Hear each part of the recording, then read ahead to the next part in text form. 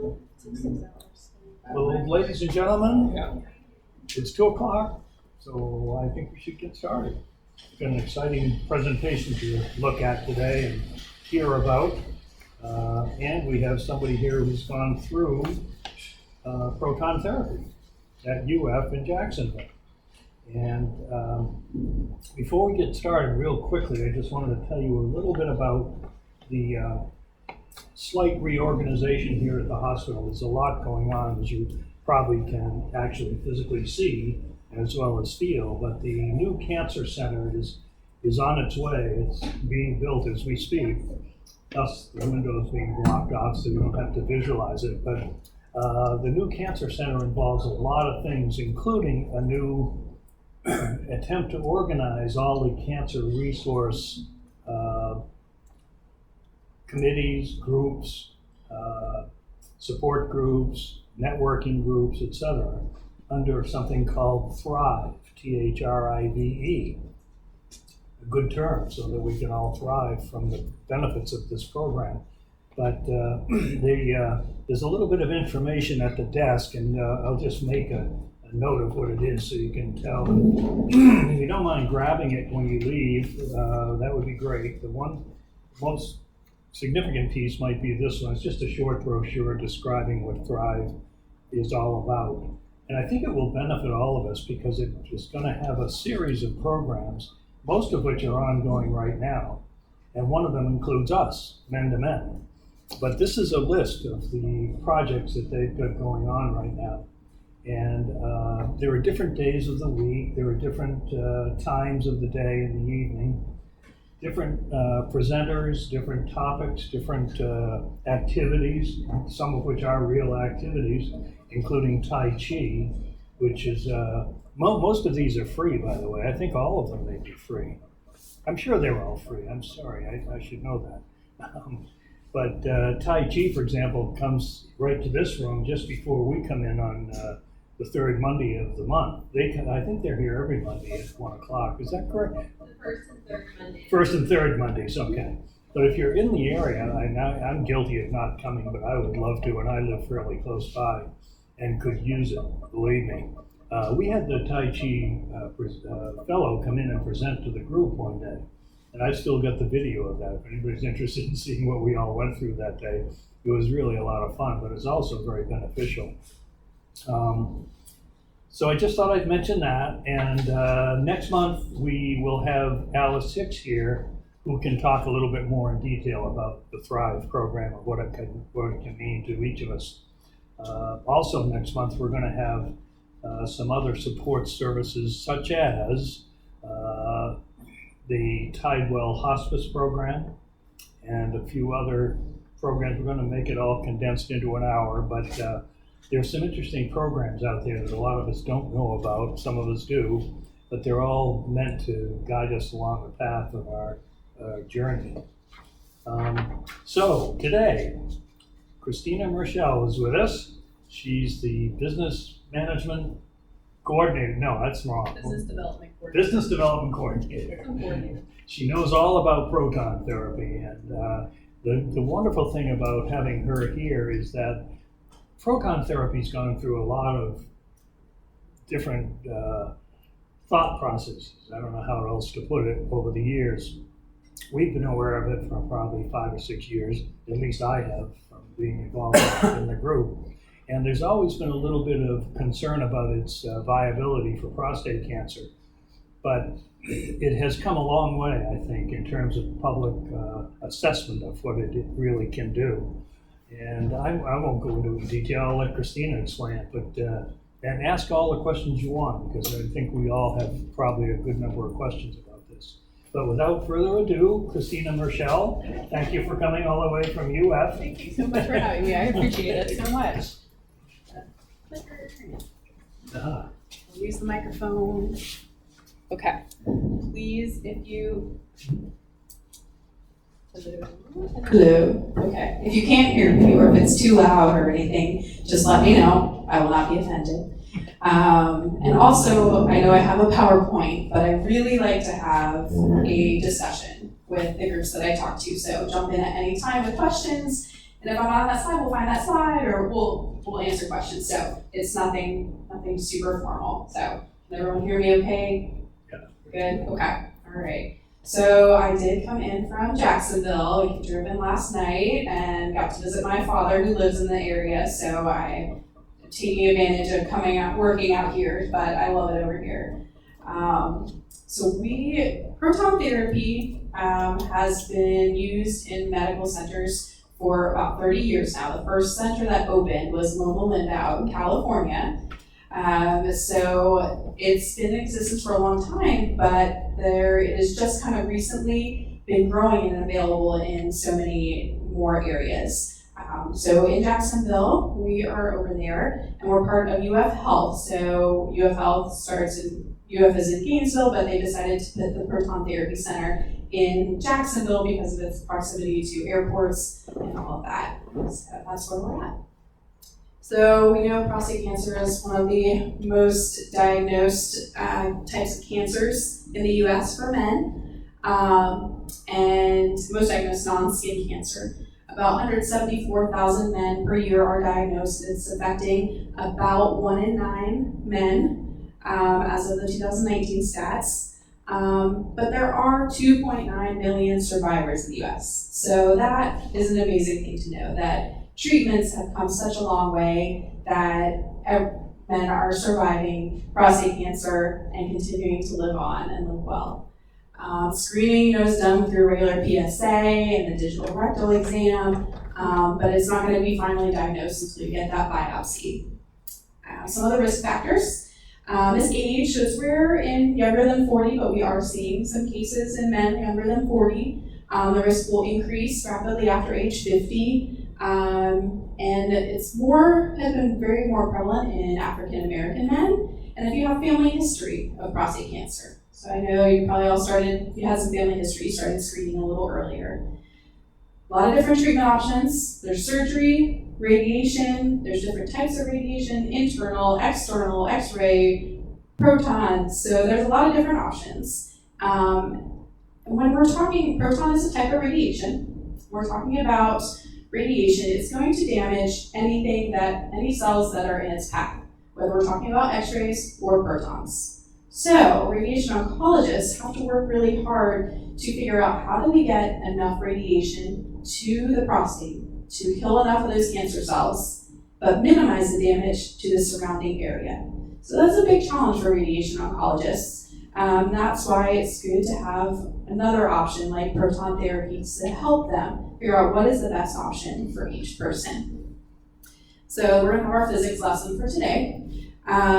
In red, this red line here is depicting photon radiation, which is X-ray radiation. That's the conventional radiation that is found. You can have one in every city. When this is the amount of radiation, this is kind of the depth in the body. So we're saying maybe the prostate tumor is about this far into the body. When photons, X-ray radiation enters the body, it enters at its highest level of radiation, highest level of energy, and then it just continues to drop off. So before we even get to the prostate, there's going to be a bunch of radiation that is deposited, and we have to deposit a lot in order to get enough radiation to kill those cancer cells in the prostate, and it continues out. So we call this the entrance dose and the exit dose, all the radiation that is getting to the body before and after the tumor. So X-rays deliver their highest radiation when they first enter, and they continue releasing radiation all the way after the target wherever we're trying to radiate. So the line in blue depicts protons. So protons are a particle, it's a heavy particle. So when it enters the body, it enters at a much lower dose of radiation. And physicists found when protons stop, that is where they actually deposit most of their energy. This is called the spike, and it's called the Bragg peak.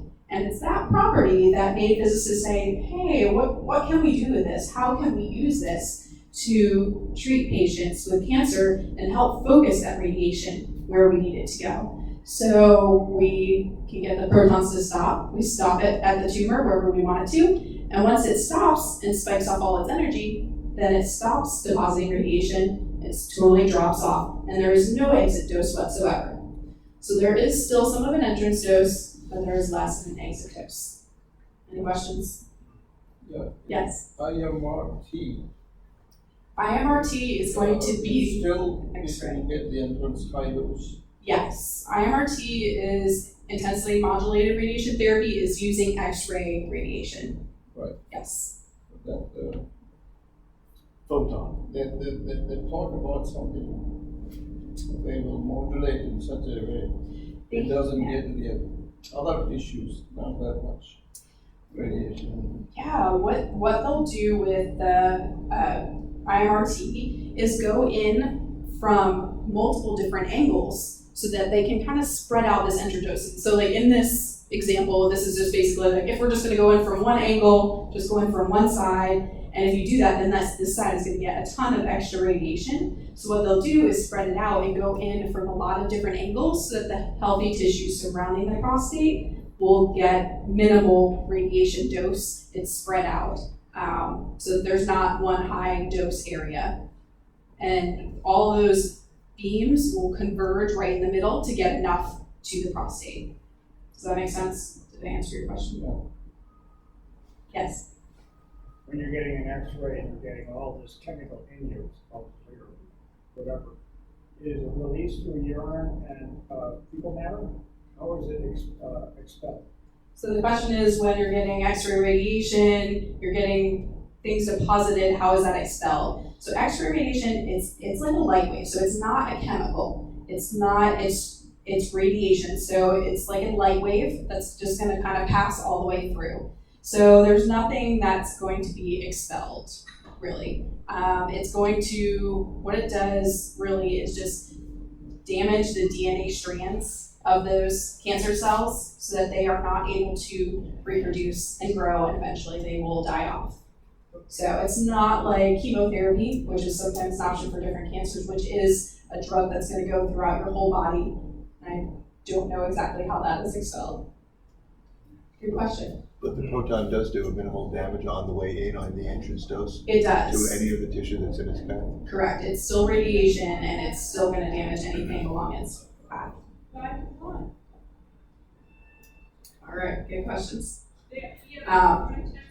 Just repeating what I just said. So this is just another way to visualize the difference. So on the left-hand side is X-ray radiation. So if we were treating this patient, maybe it's a lung tumor, we treated through, we would get all of the healthy tissue before the lung. See the darker dose where it's redder and yellow is going to be right before the tumor, and it's a very low dose when you get to the tumor, and it's going to go all the way through. So this exit dose would deposit radiation all the way through that patient's spine. I don't think that we would normally use that exact path, but it's kind of gives you a good example. And here, wherever protons stop, that's where they blast off all their energy. That's my super technical term for whatever happens at that Bragg peak. But it's really just the physical properties of that Bragg peak that led them to decide to try and use proton therapy. And this all started back in the 40s. Robert Wilson had developed the first cyclotron to accelerate heavy particles and figure out what we can do with that. Christina, Yes. originally weren't some of the uses in the brain? Yes, so brain cancers were some of the first ones that they decided they were going to use proton therapy Or for. you'd really want to be careful about exit dosages, I would think. You do, yes. So they knew in the very beginning, so this is actually in the very beginning when they started doing radiation, so this is one of the first X-ray radiation machines, which I guess the radiation is coming from out of somewhere here. I don't think anyone knows exactly, so it's a little scary to think about, but even when they started using it, they saw good outcomes, but they also realized that they didn't have great control over it, and they didn't know they knew they needed to be careful. They knew that there were still side effects with radiation. So in the beginning, they started using it, saw benefits, but they knew that there were some side effects as well. So this is Robert Wilson and his very first cyclotron that he built. It took a whole team of physicists and engineers, all types of scientists to put this together. And what it is two huge magnets that weigh probably about 440,000 pounds all together. And what they do is accelerate the protons by polarizing back and forth. So this is the first ones back in the 40s. And Robert Wilson was part of the project that helped to create the atomic bomb. And after that, he said, all right, let's do something good with this. And they started doing a lot of research up at Harvard and a lot of different organizations. So this is actually the first patient to receive radiation therapy from a linear accelerator, which is closer to IMRT, but one of the much more focused areas. You can see it's a lot smaller of an area where the radiation is coming out of. So this was a 2-year-old boy. I can't remember the exact name of his cancer, but it was somewhere right near the eye, and they were actually able to preserve his eyesight, and he lived the rest of his life with his vision intact. So that is just amazing to know that even in the very beginning, they did have really great outcomes, and they've just kind of been improving it from there. I couldn't find out exactly where he is now or what's going on, but everything I read said he was still good. So these are what treatment rooms look like now. So these are some proton radiation treatment rooms where this is the end of the beam line, the snout. The patient's laying on the table and is usually lying in some kind of a little beanbag that's conformed to your body so that you're in the same exact position every day. And you're going to be lined up using these lasers. You'll have some different markers on the outside of your skin. They're going to get you set up with millimeter precision so that you are within a millimeter of where we want to get that radiation.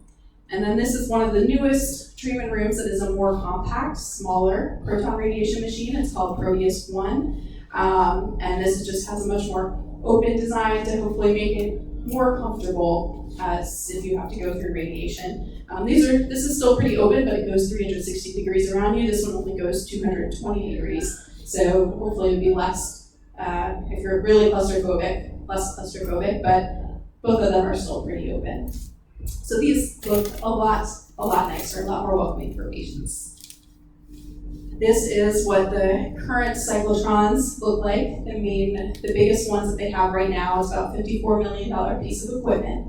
You can see the two pieces put together and weigh about 440,000 pounds. And then the actual treatment rooms that I showed you, the patient only sees one story around you. It's not too bad, but it's actually a 3-story piece of equipment. So this is about 35 feet tall and wide.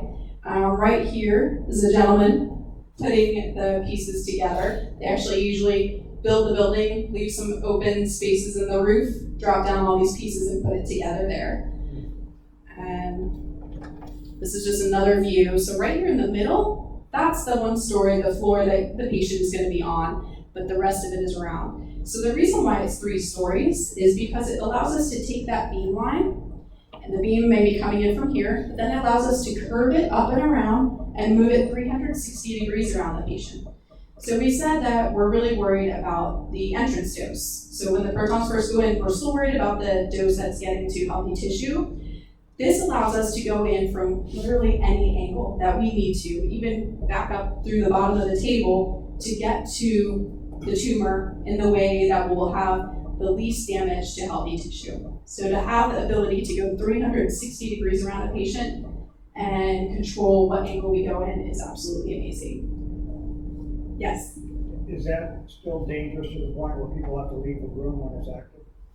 Yes, is it dangerous to the point where people still have to leave the room when it's active? And yes, anytime radiation is being delivered, even with protons, the people have to step out of the room. So they're going to get you set up on the table. When they think everything's good to go, leave the room. They can see you. There's cameras and microphones. You can talk back and forth if you need to, but they will leave the room. And it takes about 1 to 2 minutes per beam. So if we're only going in from 1 beam each day, then it's only a couple minutes that the beam is actually on. There's a couple more that might take a little bit longer. Yes, sir. Is everything you're showing us in Jacksonville? And the second question is, when you're saying days, how many days are involved in the treatment? Okay. Yes, most of this equipment is showing us what the equipment and rooms look like here in Jacksonville, which are very similar to a lot of the other proton rooms across the country. And the other question was, how many days are you coming in? So still, just like traditional X-ray radiation, the standard treatment regimen is going to be an 8.5 week worth of treatment. So that's coming in every day, Monday through Friday, for about 8.5 weeks. Now, yes, I just finished the 39 treatments, but you might want to address the hypofractionation. Would you like to? You can go ahead. I wasn't part of that. So. Okay, no, yes. So there have been a lot of studies in both X-ray radiation and proton radiation on what they call hypofractionation, which is basically taking that treatment time and cutting it down. So we have clinical trials that are testing both 6 weeks and 4 week treatments, trying to see, can we still give the same amount of radiation in 4 weeks and have the same outcomes? So when they decided we're gonna do about 8-9 weeks of treatment because we feel like this is the way to get enough radiation to the tumor and spread out that dose to the healthy tissue. When you spread it out, it allows the damage to those healthy cells to be less. It gives more time for those cells to recover in between each treatment. So if we do it in half the time, we still have to give almost the same amount of radiation in half the time. So that means every day you're gonna get twice as much radiation to those healthy cells, which makes it harder for those healthy cells to recuperate basically and heal, and it could potentially cause more side effects. However, we only started doing that once we had seen that there were some really good outcomes with a 4-week and 6-week trials with X-ray radiation. So once it was accepted as a standard of care, we were doing that as well with protons, and we have had some really good outcomes. We haven't published the study yet for those results, but so far, based on the feedback that we're receiving from patients in that 4 and 6 week trials, they're still having very minimal side effects that we deem acceptable to offer that to patients. So hopefully soon, 4 weeks will be the standard of care across all radiation, actually. Good question. Yes, sir. You said 39 treatments. Was that salvage radiation or was that initial radiation for prostate cancer? Initial. Why 39 versus 45 or whatever the number is? It's gonna vary a little bit for each individual, but 39, I think 39 to 45 is gonna be the range. Yeah, about 8 to 9 weeks. At least with me, it was 78 gray. Yep. You do the math, but you're getting 2 gray a day, and it took 39 days, then you're out of it. Right. So the goal has been to do 2 or less gray, which is a measure of the amount of radiation you get per day, up to 78. But when we do 4 to 6 weeks, we actually are able to give a little bit less overall. I think 60, 65 gray overall, which still gets enough radiation to the prostate. Yes? Well, the proton goes in and releases energy at the tumor. Why doesn't it release the energy before it gets to the tumor or maybe after? It is still going to have a little bit before the tumor. So when we're delivering prostate cancer, we're going to go through the hips here. So there's going to be a little bit going through. I don't know if I have pictures yet.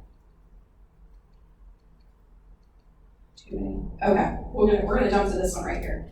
So there is going to be a little bit of radiation before when the beams are coming in. So the beams are going to come in from both sides here. The beam is going to deliver a little bit. Let me help you out here. Yes. So basically, you're laying on your back. One day, the beam comes in here, next day it comes in here. They're coming in through your head. Only. Not through anywhere else. So that's what you're seeing there. You're seeing it come in from the side.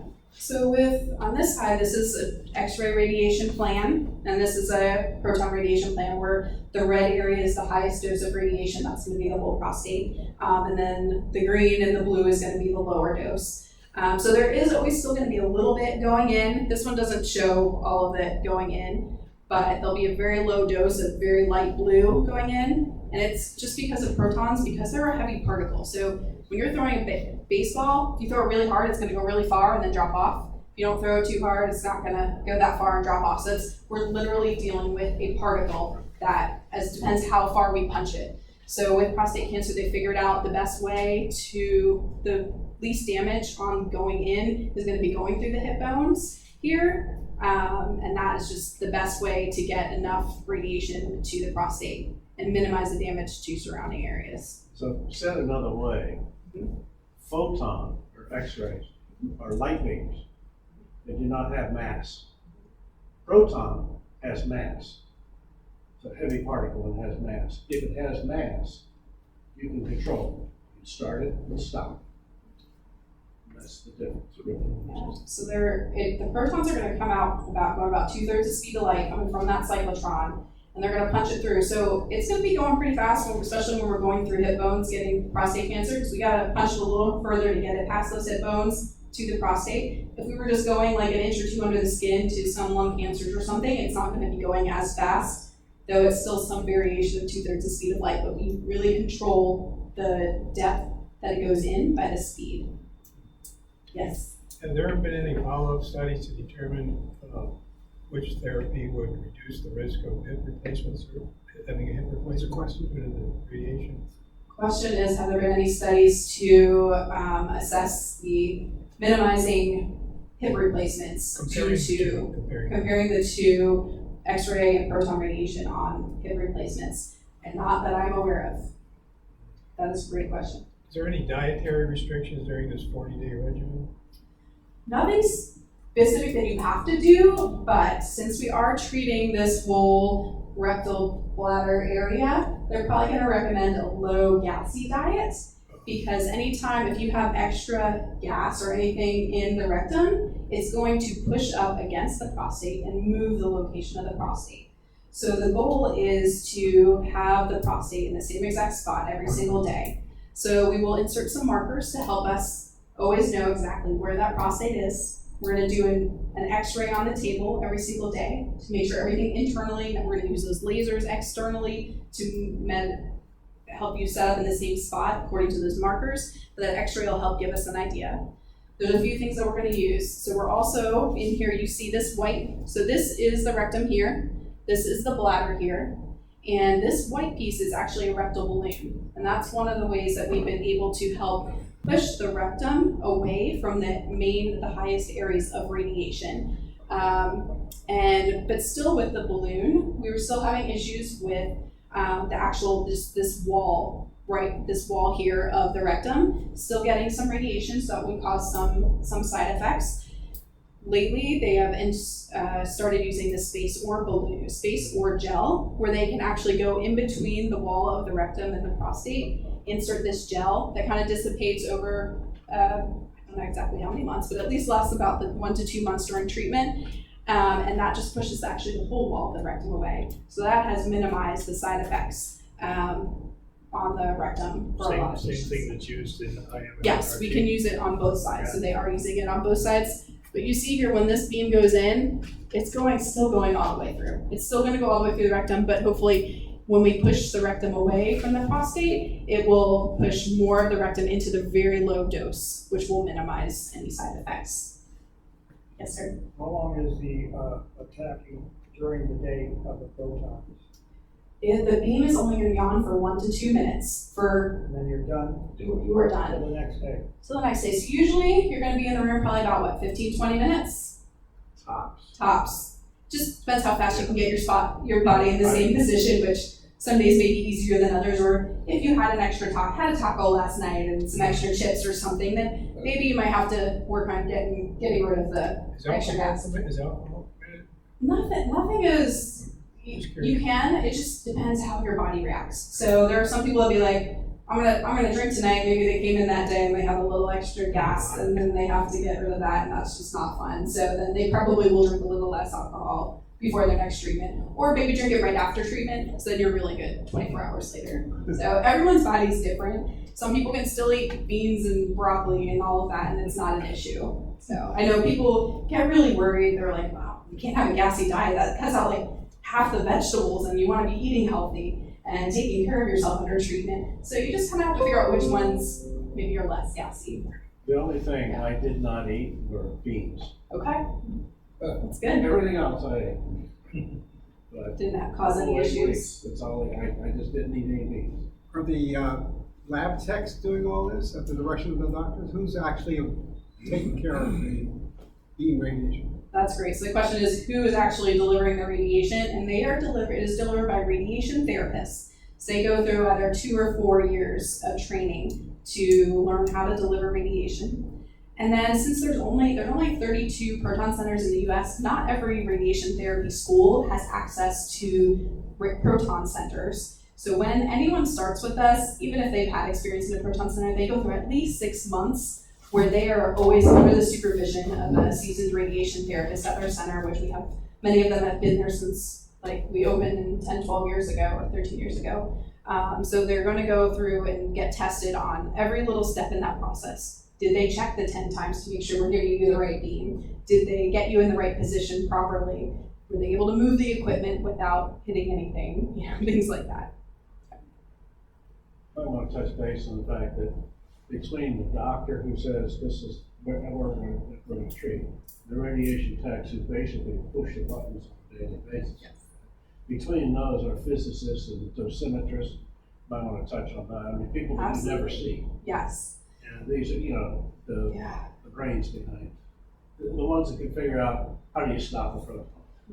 Where do you stop it? It is amazing the number of people involved. So yes, the radiation therapists, they're the ones you get to know the most when you get radiation therapy. It all is going to start with the physician doing your MRI, your CT simulation. Then the physician looks at that and says, they actually write a prescription like you would get any other drug prescribed. They write a prescription for the radiation. They say, I need to get this dose, whether it's 78 gray or 74 gray or whatever it is, to this individual's prostate. And I need you to minimize the damage to the bladder to only 2 gray total, or to the rectum to only 2 gray total, or whatever it is. So every adjoining piece. Along those lines, are there certain levels of Gleason scar where they would not do proton therapy? Are there any Lower level prostate Gleason scores that would not be, this would not be applicable?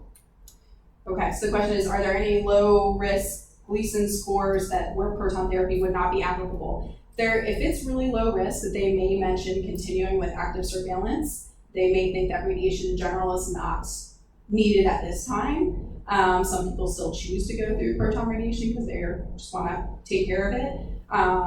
It wouldn't necessarily not be applicable, but they wouldn't recommend it if it's really low risk and there's just no need yet at this time for radiation. What about high risk?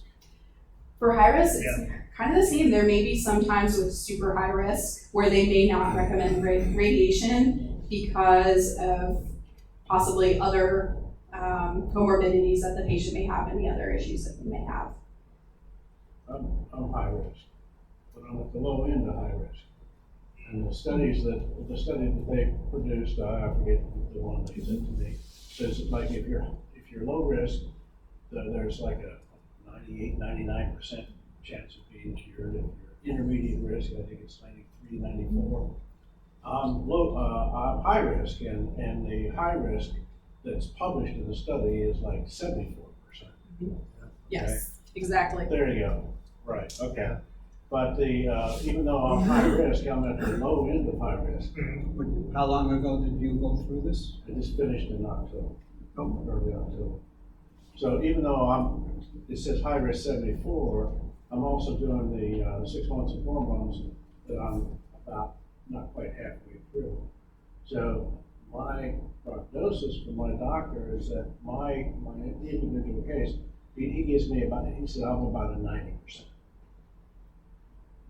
Was there anything you had to do either before or during the proton therapy, such as being on hormone therapy or maybe on some other drug or nothing like that? Nothing. Now, I did meet a lot of guys out there that come in from all over the place. Okay, I mean, and some guys had already started treatment someplace else. Maybe a urologist put them on hormones already. Okay, and some of those guys actually had to wait a while before they could get into proton. So I don't understand why, but with me, no, I didn't. It was proton, 8 weeks, then hormone. Okay. What convinced you, if I could ask, what convinced you to go that route versus the other approaches to curing? Bragg speaking. Bragg speak is to me it was a no-brainer because once you figure out number one, I won't say first thing you figure out is once you accept the fact that you have cancer is okay, I'm not going to die. Yeah, and then I ruled out surgery. I'm going, you got to be kidding me. How could they possibly you know, without wrecking your entire body. So I immediately gravitated towards radiation, and then you start exploring the types of radiation. And then once I discovered the difference between photon and proton, to me it was kind of became a no-brainer at that point in time, because once you start doing your research, you go like, okay, well, I've eliminated surgery, which means I'm left with radiation. However, radiation causes cancer. You're going, oh man, isn't that great? You know? So then you start, so now it becomes, how do you get the radiation where it wants to go with the least amount of collateral damage? So going back to a prior question, what does the research really say long-term about the advantage or any disadvantage compared to other approaches? I have a few slides on that. We'll work through these next three that talk about some of the research studies. Are you okay with that? Can I ask a question? What side effects did you have? Or did you have any side effects? During treatment or now or both? Both. A couple weeks into treatment, you start having urgency of urination. And part of it, they tell you drink 8 ounces of cranberry juice a day. That really helps. And then they said you'll have some mild stinging when you urinate. To me, it was so mild, it was like it wasn't. It was extreme, very, very mild. It's like, okay, I can kind of feel something. But then about, I guess, maybe it was 3 or 4 weeks into it, I had a really bad night. I was up 6 times in one night. Just being. And so I went to my doctor the next day, they put me on Flomax. Immediately cleared out.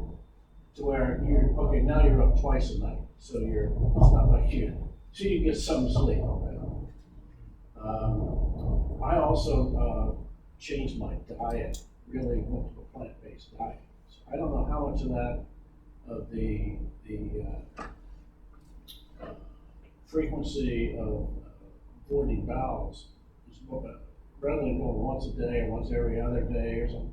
It's like I was going once a day, sometimes twice a day, and I don't know how much of that was due to the change in diet or the protons or both. And I still don't know that. I suspect it was probably both. But I had no fatigue. I took my golf clubs with me and played golf several times. Up there, met up with other guys who would play golf and stuff. It was the biggest challenge is what do you do in a strange city for 8 weeks? Keep yourself busy. That's the biggest challenge. But the daily treatments were, I would show up 30 minutes before my treatment because where my tumor was located, they didn't want to use a balloon, they didn't want to use the spacer on me. So I was what's called a balloon guy. So I get a balloon on the rectum every day. Right?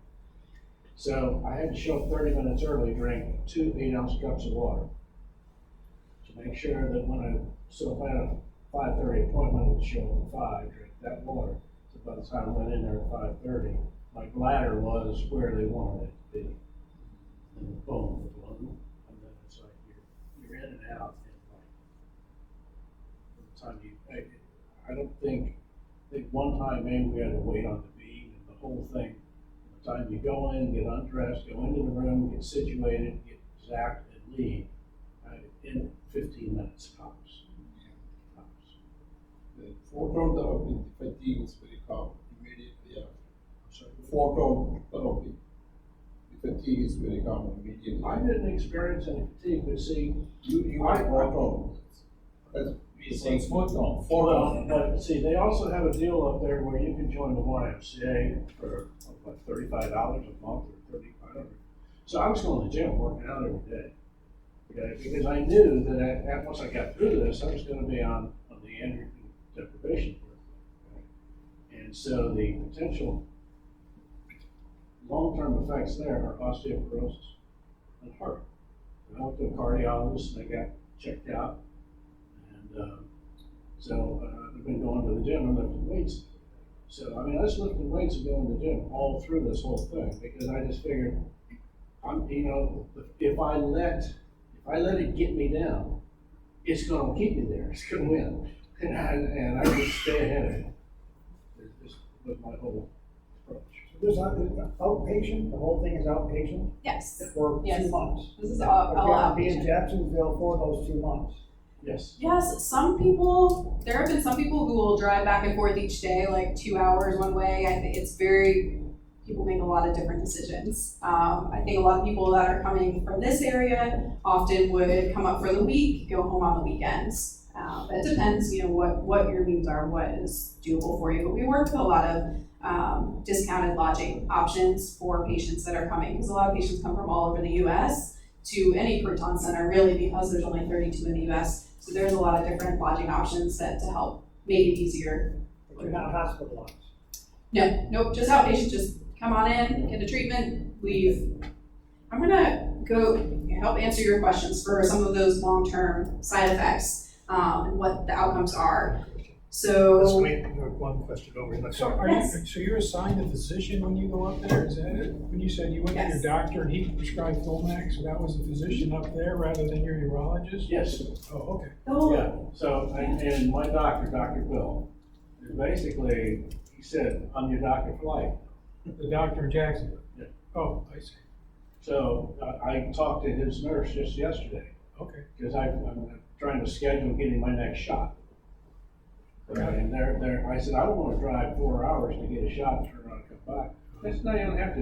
They're going to send it down to an infusion center here, and I just drive over to an infusion center in the nearest hospital, get the shot, and I'm going. Good. yes. At any radiation center, you're just gonna have a radiation oncologist. And they're gonna do everything related to the radiation, do as much as they can related to any hormone therapy. But a lot of times, especially when patients are coming from out of town, they'll work with your urologist or primary care provider at home to continue follow-ups. If you can come back for the follow-ups, we love that. We can do some follow-ups over the phone. There are, every few months after you're finished with treatment, you'll fill out some questionnaires to assess what are your side effects. Are there any issues that we need to address? This time, are you doing good? And you can continue on. We'll talk to you again in 6 months. A lot of that can be done online as well. Which physician's in charge? Urologist that you initially went to or the urologist in Jacksonville? It's a joint care. So the one in charge of the radiation is gonna be the radiation oncologist. But The they, issues The like oncologist, What? that's who you want to be in charge, because you're dealing with cancer. You want the oncologist he's the guy that's gonna steer the boat, so to speak. correct. Radiation Yes. on top. So the decisions on the hormone therapy, it's gonna be, they're looking not only at the radiation, but they're like, do you need any hormone therapy in addition to the radiation? And they'll make that recommendation to you for that course of treatment. Thank you. Yeah, but they'll work with your urologist as well. But I go back at the end of January for my 3-month, which is really 4-month follow-up. Okay, and then when I left there, here's a prescription for you to get a PSA check. What is it, like 3 months, 6 months, 9 months, a year? It's all written out and scheduled out as to when you're gonna get your PSAs. So do you tested. still see your regular urologist or do you always have to go to Jacksonville now for any follow-ups? My regular urologist is ironic that you asked, because once I got back from treatment, he called me up and he said, basically he didn't ask me, hi, how are you? Are you alive? Did you survive? How's the cancer? It was just like you called him up because I think somebody told him you lost a patient. You gotta do something to get him back. I get that one, yeah. And so basically he called me up, fishing for, is there anything we can do for you? Is there anything we can build? Yeah, no, I haven't. And I But go like, I think that in reality though, most cases, and I think it applies to any of the radiation treatments, these two doctors could be totally separate geographically and everything else, but they ideally work together very carefully. I know that was the case in my case, I had a urologist and the radiation oncologist. And they bounce back and forth, and I bounce back and forth, and it all worked out beautifully. Just the communication was there. So you gotta choose your doctor. The other thing, it depends on your urologist. If you, Thanks. after the radiation, nothing serious happened, it's been a year time, the radiation oncologist will fire you, tell them, need to see you again. And then then you continue with your neurologist. So it takes about a year, and he lets you go, because I don't want to. Well, like David said, the Yeah. optimal is to have them both and to have them work together. Yeah. That's the optimal. Yeah. But with mine, once you tell them that you've selected Proton, a lot of them get pretty, Testing. pissed off. And it's like, who's gonna fire who? I think what. And then when you find out that your urologist never properly staged you to begin with, Well, you and had, then you kind of question, yeah, you, that's a specific case. but I definitely agree with David. I think, the whole idea is you put this thing behind you and you're back to a normal relationship With my your urologist in my case. Yeah. But a very good friend of mine has maintained his relationship with his radiation oncologist and doesn't want to see his urologist. So he just continually is going. Now, this is not at UF, it's just here in Sarasota. I think what we're saying that depends on the case. Yeah, every case is different. Right? well, every man's different, every different needs. Yeah. I mean, once you've dealt with the cancer, you may have other needs that you need your urologist for. BPH or other things that radiation oncology doesn't deal with.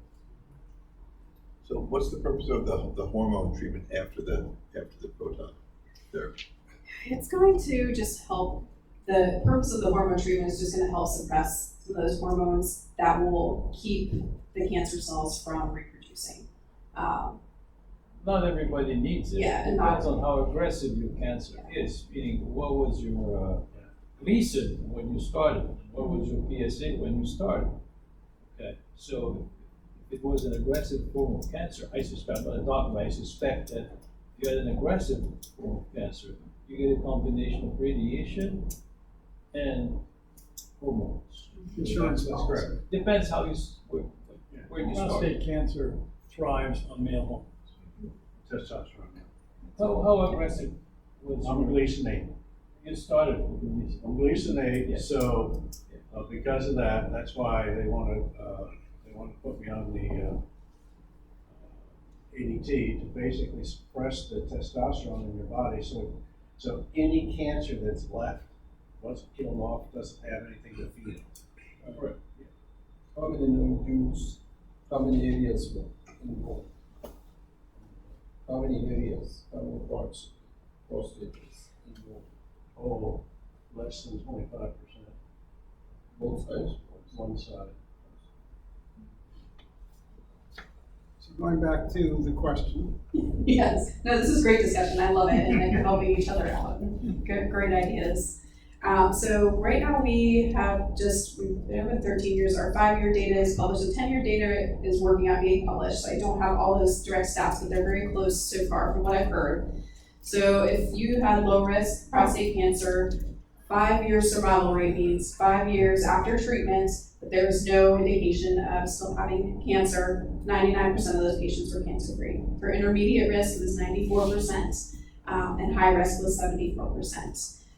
There were very minimal urinary and bowel side effects, and most of them within 2 years returned to whatever level you were before treatment. Within 2 years, patients usually return to their baseline. And minimal impact on sexual function, usually within 2 to 3 years. So this Depends on the age, I guess. it does, yeah. I have a really interesting slide I'll show you in a minute that kind of takes the age, makes you think about the age as well. Because as you age, these are all normal things that happen. So it's hard to know exactly what side effects are coming from age or from the radiation. So our first study, we only had about 211 patients getting proton radiation. The outcomes for low risk was 99% cancer-free, intermediate was actually 99%, and 76% were cancer-free if they had high risk prostate cancer. When we broadened that and did over 1,000 patients, it was still very similar, but that was the data that I just showed you, 99% and 74% patients were cancer-free if they had high risk. And we wanted to compare it to other well-known radiation centers. So there was a study by Mayo who did traditional IMRT, and those patients, if they had low-risk prostate cancer, 77% of them were cancer-free 5 years later. 70% were cancer-free at the intermediate risk, and 53% were cancer-free 5 years later. What are the Gleason scores for low, intermediate, and high? 8 through 10 is high. Yeah, I got that from you. Yeah, 7's intermediate, 6 is low. Yeah. There was an article 2 weeks ago. Okay. In the Wall Street Journal. There's a new study that just came out 2 weeks ago that says that there is no significant difference between any of those three, including surgery. Very interesting. Yeah. I will have to read that. He said there's a new article that the Wall Street Journal just came out. That was for low risk Low patients. There's hope for you. Pretty sure it was that. The statistics are the same regardless of which Low risk or intermediate or approach high. you take. Those statistics are the same. But I think that study was all just low risk patients. No. Sure? Go ahead. What was the study? There is a Wall Street lot of Journal. research continuously Yeah. being done, and that's really important, and it helps Depending which people article. make the decision on what's So let me most ask, let important. me relate to this. Yes. Why is there not, after what, 30 years of using this proton therapy, why did they just have a 5-year record so far? What happened to the research end of things from the get-go? This is just for our center. So this is just our 5-year outcomes at our center. We opened in 2006. So when we opened, being part of UF academics and research was super important to us. So a lot of the future proton centers that are open because of the results from the research that we have done. So we're 13 years in, so we're working on publishing the 10-year data, so I'm sorry I don't have that.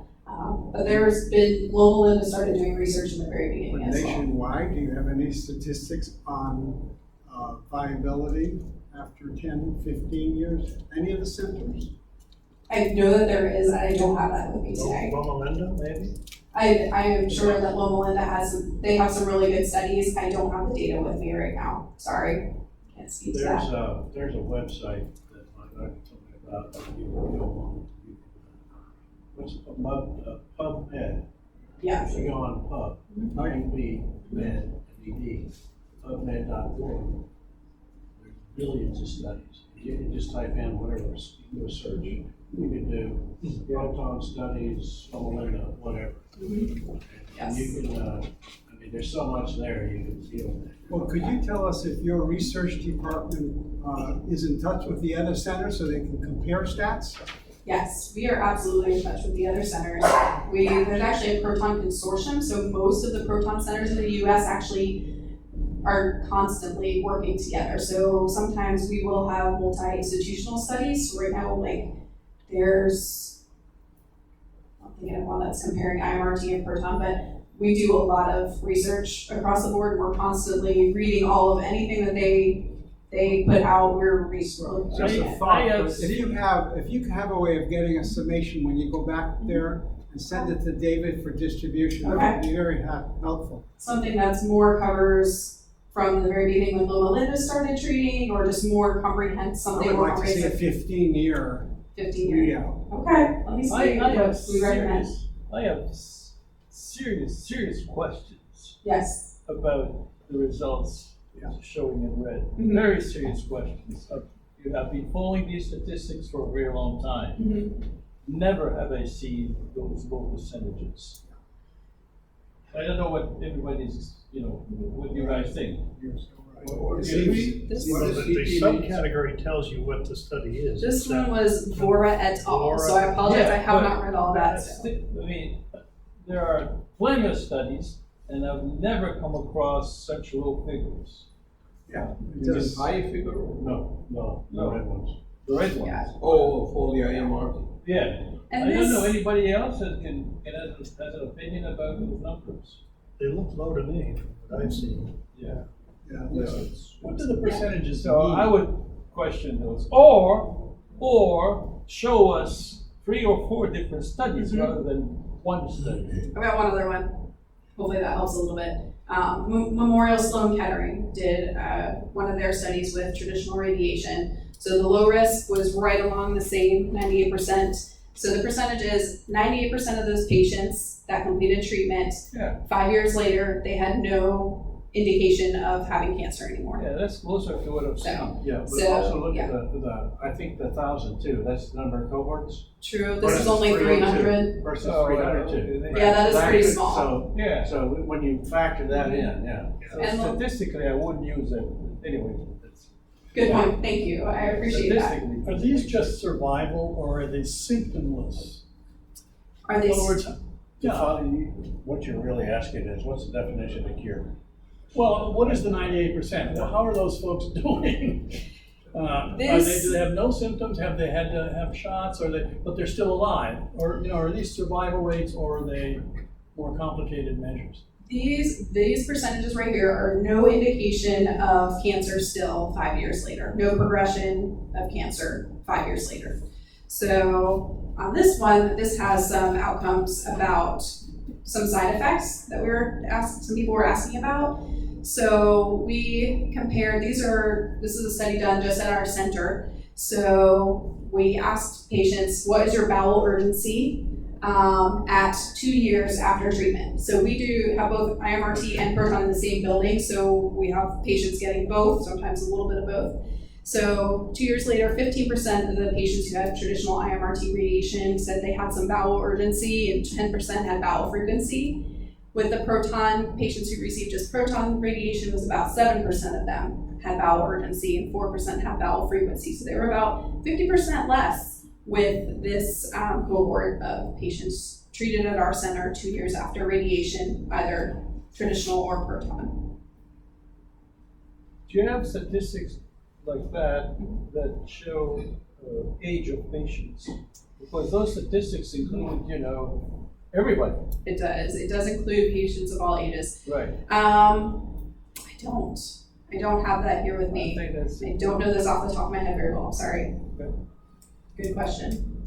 No, but they're different between an 80-year-old and a 50. It is, absolutely. Urinary frequency. Right. Yeah. Whatever that stuff. Yes. That's right. That is a good question. This one, we kind of wanted to do a comparison with patients who had proton therapy, patients who just did active surveillance, or maybe it was low risk, probably, we wanted to look at potency. And then patients who had surgery. So we compared it doing the study that did PROTECT study that compared surgery and surveillance. So in all of these, immediately after diagnosis or after treatment, or in the active surveillance option, which was just basically after diagnosis, potency decreased in all three: proton, active surveillance, and surgery. So no matter what we were doing, no matter what your option, potency decreased.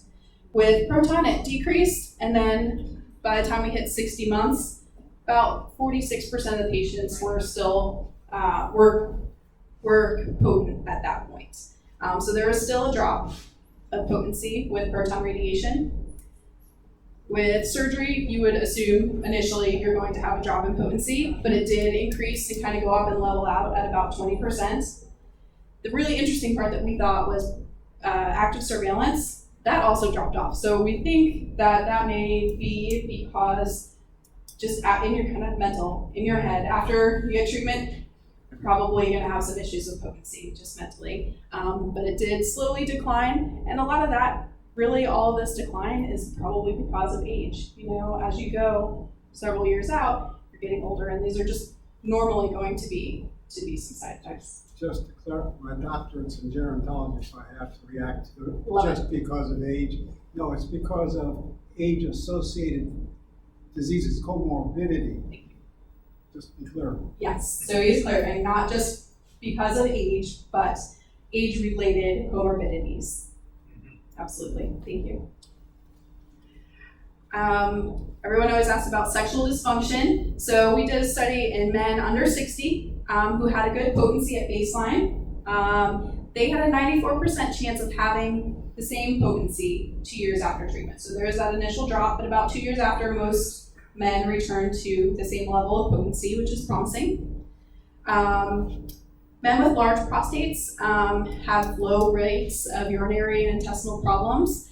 So a lot of times hormone therapy was automatically being prescribed if you had a large prostate. And they're finding now that it's not necessary because there are so many side effects with hormone therapy. There's,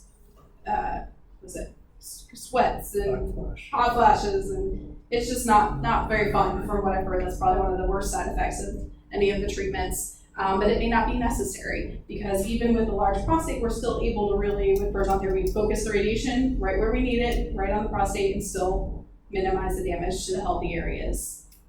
So I thought in the beginning for proton therapy, there was no hormones used in the beginning. Is that right? I am not positive on that. I know there have been different trends. There have been some times in history where hormone therapy has been used more often, sometimes less. Some of it is certain provider preferences based on their experiences and the research that they've read, and they feel like some people feel like everyone should have hormone therapy. Some centers, very few people have it. Some of it's only if you're high risk. And then you also sometimes you can have a say in that and ask your questions and figure out what is the best option for you. Is hormone therapy a good option for you? One thing that, you asked me earlier, why I suspect, one of the other reasons why I selected was my doctor, Dr. Bill, told me, he said, because I'm high risk, he wanted me to do hormone therapy, but only for 6 months. My number 2 choice was to stay here and do the brachytherapy and all that. They wanted to put me on hormones for a year. So that was another big factor. Hormones 6 months versus a year, that was another factor in the decision. Good choice. Yeah. What is HCV? But excuse me, but that was because of my doctor. Now, there would be another doctor at UF Health. It's not Dr. Bill. Dr. Bill says he's kind of aggressive in that regard. But there could be another doctor that said, no, I want you on it a year. So, yeah, you know, it is a every doctor and every man's different. Yeah, And there's a guy I graduated with up there, Mike, and his wife, and Mike was a little older, he was like early 70s, and he just, he said, no, hell no, he's not doing it. Some guys, it's my understanding, roughly about 65-70% of the guys do it, and so the rest just say, no, I'm not doing it, period. Yeah, it's very important to talk to multiple doctors and get feedback and then figure out what course of treatment is best Of for course, you. the problem is they're never all on the same page. No, and that's why it's important. That's why you guys are here, talking to each other and helping each other out to figure out what the best options But are. in my case, being the high risk, the 74% for high risk, well, I'm at the low end of high risk, so I'm really higher than 74. So I'm probably more like around, Give yourself 85. 85, but by doing the hormones, it pushes me up to about 90. Yeah. And that's why I'm doing it. Plus you're of a younger age. You're what, you're 66. Yeah, so you wanna. Younger, relative to what? Yeah. No, I mean, if you were 76. Oh. You probably would think it would be a bit different. Oh, sure. What is potency? Potency is your ability to get an erection. Just an erection. You can't ejaculate? Can you have babies? Not positive on that. I think Well, that that's really a That is- significant variable. Isn't it is. I can find out for you. Now, if your prostate is gone, presumably your sperm is reabsorbed by your body as if you had a vasectomy. Because you're not going to ejaculate, you don't have any ejaculate ability. But I mean, that's an interesting question. Potency usually means you can have sex and have babies. Yeah, I think in this case it means what you're I think talking in this about. case it means having sex. I don't think that, because everything that I've read about it, for any sort of treatment, is that if you're considering, having babies, bank your sperm before any sort of treatment. Yeah. I don't think there's anybody is looking at having babies and. Well, and the question is whether you ejaculate at all if your prostate is shrunk up. Right. It depends upon whether your seminal vesicle was radiated or not. Yeah.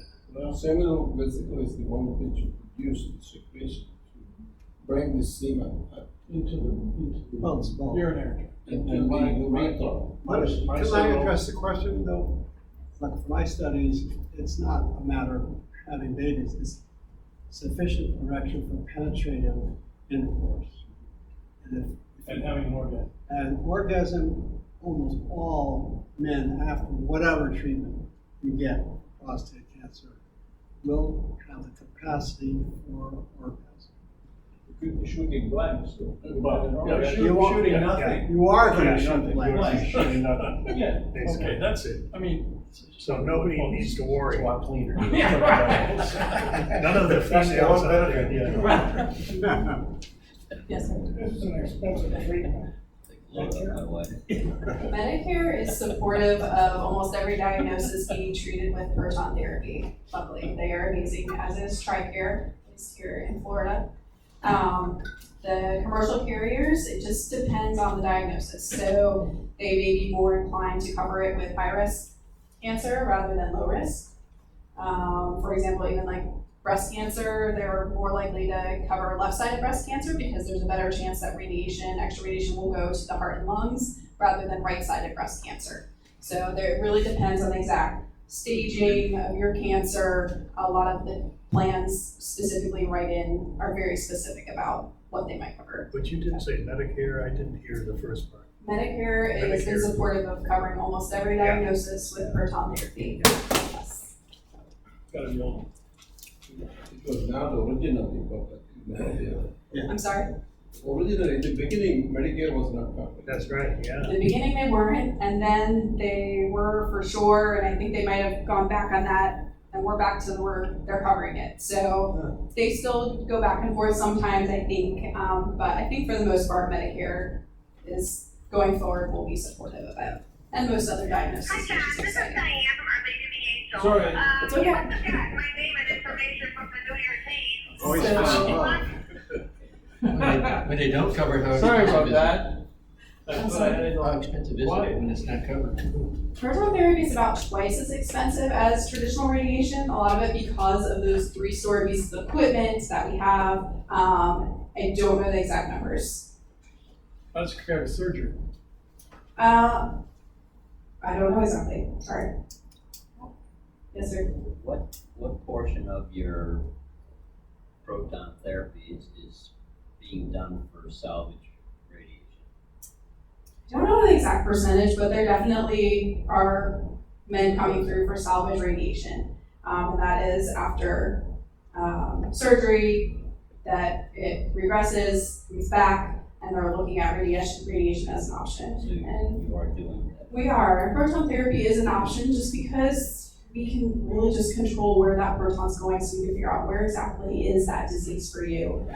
Is it right in the prostate? Is it in some surrounding areas, and we can target those areas for some patients. Regular radiation is And also available for that. Yes, regular So it would- radiation is. proton would have a leg up on. So, yes, but sometimes in salvage radiation, because it came back, we really want to blanket that area, and they you'd be able to find every little spot. So sometimes traditional radiation is the best option in that case, but we do, at least our center, look at proton as well to see if that benefits. Along those Yes. lines, Dr. Carey has told me he has had instances of people who've gone through proton therapy, had a recurrence, so he did surgery on them with greater success.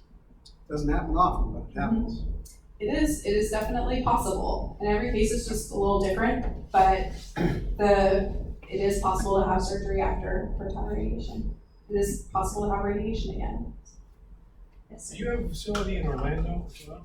It is a UF facility, but we are not connected to it. But it's mostly run by Orlando Health with the UF name. So it's a proton therapy center as well? Yes, Orlando has one there too. How long has that been there? I feel like it's been a few years. I don't remember exactly when it opened. So they're both connected with UF, but run by different organizations? Correct, yes. Ours is solely a UF. We're a separate 501c3, but run by UF and staffed by UF physicians. Orlando Health the one in Orlando is run by Orlando Health. If anybody ever So it's understands. some kind of a partnership with UF but not So just do you get the same toxins. type of treatment and both, or, I mean, I'm not trying to. No, that's a great question. Do you get the same kind of treatment at pretty much any proton center? Generally, yes, it is gonna be pretty much the same equipment. There's, I think, 3 or 4 companies that build proton equipment. You're gonna have the same type of cyclotron and delivery system. But what you wanna look at is who is delivering the treatment, what is their experience, how many years have they been doing it? Because like we have 10 PhD physicists, like there's so many ins and outs to this machinery. So everyone can push the button and deliver it, but you really want to look at who is delivering the treatment for you. The engineers, the physicists, the physicians, how much experience do they have? Guys, I'm a little concerned about time, but only for your benefit. I think we're fine in here, as long as you're fine. I'm fine, You're I'm not loving going the to- discussion. You guys got some good questions, so I'm gonna be going back and getting some more answers and doing some more research, looking at some more. Can you tell us about your own training for this job you're doing? Yes, sorry, I probably should have started with that. I have been working in proton therapy for 9.5 years now. I started off as an admin assistant, didn't know a darn thing about proton therapy, just found some job, and started working with the different doctors in all the different departments. And then I had the opportunity to move out to Texas and help open a proton center there. And while I was out there, I was over the administrative team, doing a lot of customer service, the intake team where I talked to patients as they called and worked with the nurses and doctors to figure out, does it make sense for this patient to come in for proton therapy? So the whole intake side of it. I did patient support services in Texas as well, led support groups and did educational activities, and also went out in the community and started doing talks and working with the Chamber of Commerce to just spread the word about proton therapy. And that's really why I'm here today. I know Jacksonville's far away. I talk about our center and a lot of our studies because this is where a lot of the studies for proton therapy have started. But what's most important for me is just to spread the word about proton therapy, because I can't say the number of times I've talked to someone, they're like, I have never heard of that, or like, I heard of that, but I have no idea what that means. And so many of us are getting cancer or know someone who has cancer. And I just think it's really important for people to know that this might be an option for them, even if it's not in their backyard. So from there, then I've moved back to Jacksonville over the past, it's been a year now, and I've been working in business development, working with different referring physicians, helping to educate them about as new studies come out. This is what the research has been saying. These are patients that might be ideal for proton therapy. These are patients that there's no benefit yet at this time, and doing talks like this. Nice, very nice. I have a bachelor's in psychology. I started a master's in gerontology. I'm sorry I didn't finish it, but I was definitely fascinated in that field. Yes. Well, I think we should thank Christina for her efforts. Thank you so much. It's been very informative. It's been, Christina, I want to just ask you, is there a comparison, sorry Dave, between, let's say, a proton therapy and an ultrasound therapy? Are you familiar with any comparisons? Yes, if there is comparisons between proton therapy and ultrasound therapy. I am not very familiar with those studies. I am sure that there are some out there, but I don't have that data. anybody else aware of that? HIFU? Yeah.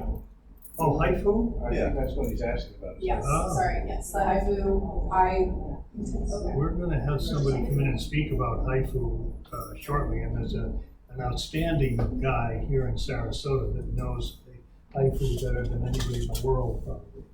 Yeah, HIFU, though, in its essence, is destroying the prostate cancer through heat. Rectal device that destroys the cancer through heating up and dissolving. Totally different approach. Yes, It doesn't possess any radiation, that's the. No radiation. It doesn't have any radiation. So the after effects and the follow-ups are probably a little different with that. Yeah, and it too has its own side effects. It has its issues. It's covered by Medicare, you know? Probably not. Yes, it's still, now it is. No, I don't believe HIFU. Didn't he tell you last time that they finally? It's here in this country, it's been approved by the FDA, 2 but I years don't ago, they believe, I don't think it's FDA approved covered. it. I don't think it's covered by Medicare. Really? Approved by the FDA means a doctor can do the procedure in this country. Right. I no longer have to go to Mexico to Right. get to do the procedure. Or the Virgin That's all Islands, or- that means. Right. Okay, the Medicare doesn't cover it. I have a fellow I met very recently who came to Sarasota at HIFU. And I said, what does set you back? He said 30. That's 30,000, it. 25. I said, so, and I said, and he's gonna try to get me back 10 from the hospital, right? He said, yeah. How was his Trying to get me results? back 10, so Did they have good results? It have been people. he's like me, he just finished treatment, so, I mean, You can see the doctor that Yeah. David just mentioned, he's the best in town for that. Right, Which who's one the is best in country, Dr. Cianti. I can give you his address, phone number and stuff. I think he spoke last year at the Prostate Cancer International Conference in. Could be, yes, oh, you Yeah, probably he's did. done a lot of Yeah. talks around the country. Well, thank you again, Christina. Thank you for the Wonderful opportunity. I appreciate presentation. it. Thank you for all the questions. Anything else, guys? Thank you. Yes, yes, yes. I'm probably gonna be choosing my treatment. This is separate from yours, but it's another question if I may throw it out. Before everybody goes, I'll probably be choosing my treatment before the next meeting. So I had two questions I wanted to throw out to the group. The first one is if anyone has an opinion pro or con of the Totally Cancer Center. Opinion pro or con regarding the Totally? That's a Cancer Center. brachytherapy and I have one or two qualms, I'll put it that way. I know that when I was given that option, I chose not to because at that time my granddaughter was, I think, 3 or 6 months old, and I wasn't gonna go to get a treatment when I couldn't hold my granddaughter. You know, it was an emotional decision, because, you know, you're not supposed to be near kids under 2 years old when you go through brachytherapy.